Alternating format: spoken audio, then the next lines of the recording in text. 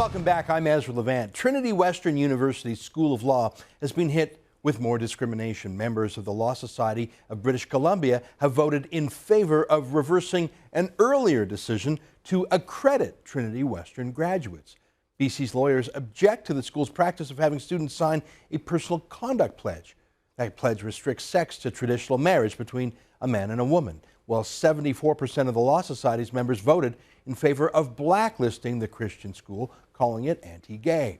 John Carpe is the president at the Justice Center for Constitutional Freedoms. He joins me with more from Calgary. John, I think this is a clear-cut case of illegal, unconstitutional discrimination, violating Section 2 of our Charter of Rights. Is that your view as well? Absolutely. This is a frontal assault on freedom of conscience and religion, freedom of expression, and freedom of association.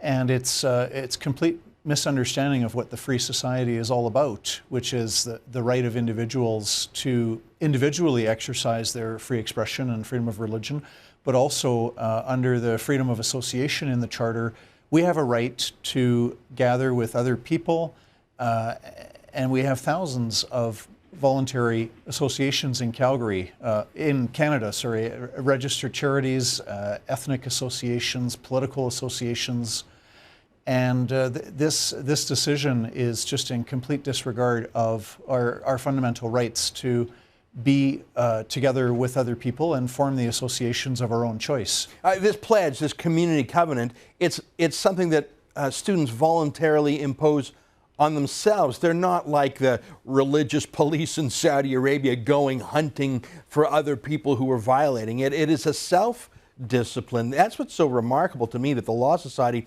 wants to ban these students from practicing law simply because they've taken like a vow. I mean, it would be like no priest is allowed to practice law because they took a vow of celibacy or something, and how dare they? It's so odd to me, but it's not just odd. The Supreme Court of Canada actually treated this same case, the same matter, when Trinity Western University was blackballed by the teaching professions in BC. That went all the way up to the Supreme Court, and they voted 8-1 in favor of Trinity Western. Why do you think these lawyers, who surely know about the Supreme Court case, who have surely read the Charter, why do you think they voted to blacklist all student graduates of this law school, knowing the law and knowing the Supreme Court? Look, I can't and I won't speak for those who disagree with Trinity Western's constitutional rights, but my guess would be they just can't stand the fact that the Trinity Western adheres to what may well be a minority viewpoint or an unpopular viewpoint, which is a traditional view of sexuality, traditional view of marriage. And these lawyers are actually attacking the free society for the goal of trying to force everybody to agree with the modern or progressive view on sexuality and marriage. And the point here is not which view is correct. The key point is that in a free society, we all have the freedom to have whatever opinions we want about marriage and about sexuality. And we also have the right to form into groups or associations where we have shared beliefs about topics, including marriage and sexuality.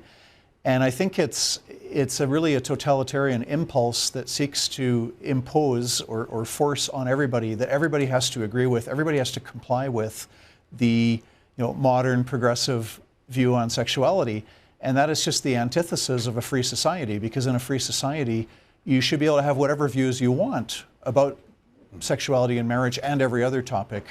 Especially if it's just about governing your own self. I mean, surely even libertarians would say, well, do with yourself what you want. But let me get down to business, because I interviewed the boss of the Trinity Western Law School, and I asked him point blank, will you sue? And he sort of hummed and hawed, and I was frustrated by his own lack of passion on this. Maybe it's his job to be very calm and even-keeled, but I got on the horn to you. I sent you an email. I said, John, will you take this to court? Because as our viewers know, you've represented our viewers before. We hired you to go fight the Nanaimo City Council when they were doing unconstitutional things, and just when you showed up, you scared them off. So now tell me the cases, the two provinces in which you're already fighting for Trinity Western. Tell me about Nova Scotia and Ontario, and tell me about your ability to sue in BC, where this latest setback happened. Well, in Nova Scotia and Ontario, those two law societies unfortunately ruled against accrediting the Trinity Western graduates. So Trinity Western itself has commenced court actions in those two provinces. And we're intervening from a constitutional viewpoint. We're not a religious organization, but we're intervening with a focus on freedom of association in both of those. In British Columbia, if Trinity Western University were to commence a court action there, and I see no reason for them not to, because the situation is entirely similar to the situation in Ontario and Nova Scotia. But if there's a court action filed there, we would certainly apply to the court and ask for permission to be an intervener to argue for constitutional rights, in particular the freedom of association. John, we're out of time here, but this is what I told you on the phone and by email, and I want to tell you it on TV, and I want to invite our viewers to join in. I want to help you fight in Nova Scotia and Ontario, where you are already in the court as an intervener. I want to invite our viewers to raise $5,000 for you to keep on fighting, because this is what you do as a civil liberties lawyer with the Justice Center for Constitutional Freedoms.